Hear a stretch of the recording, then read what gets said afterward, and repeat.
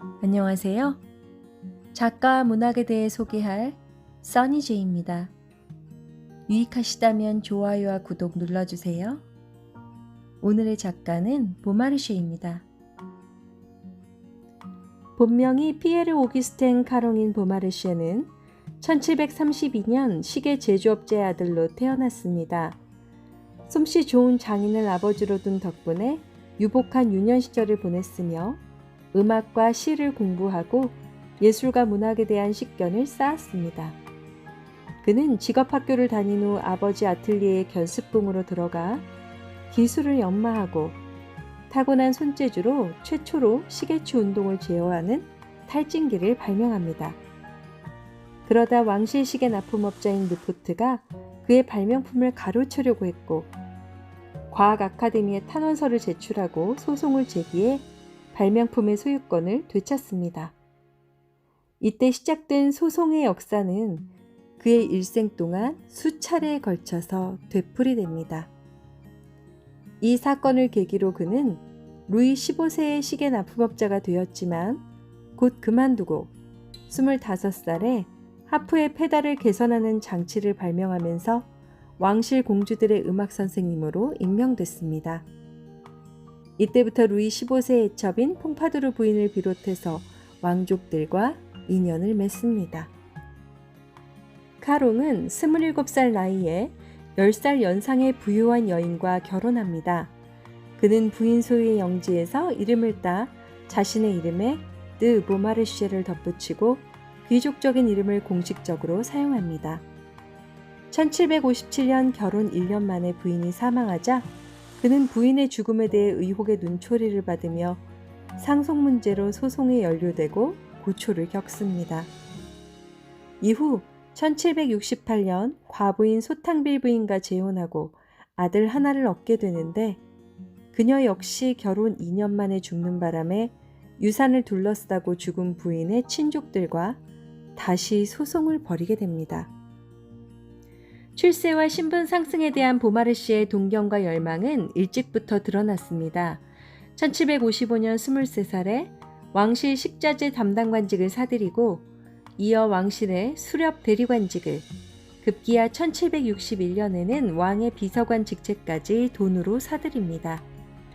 그는 이후 왕족들의 소개로 당시 왕실 재정을 담당하고 있던 재력가인 파리 듀베르네를 알게 되면서 그를 통해 사업의 세계에 눈을 뜨게 됩니다. 파리 듀베르네의 후원 아래 그는 여러 가지 사업에 뛰어들어 상당한 부를 축적합니다. 그러나 1770년 파리 듀베르네가 죽으면서 보마르쉐에게 유리한 유언장을 남기자 이를 두고 상속자인 라블라슈 백작과 또다시 소송이 벌어집니다. 이 소송은 승소와 패소를 거듭하면서 7년 동안이나 이어졌는데 그 과정에서 보마르쉐는 담당 판사 괴즈망의 부인을 뇌물로 매수해 유리한 판결을 받아내려고 했지만 실패하고 도리어 공문서 위조죄로 5만 6천 프랑을 라블라슈에게 반환하라는 판결을 받게 됩니다. 격분한 보마르쉐는 장장 4편에 이르는 진정서를 작성해서 괴즈망과 그의 부인에 대한 신랄한 풍자와 맹렬한 공격을 쏟아냅니다.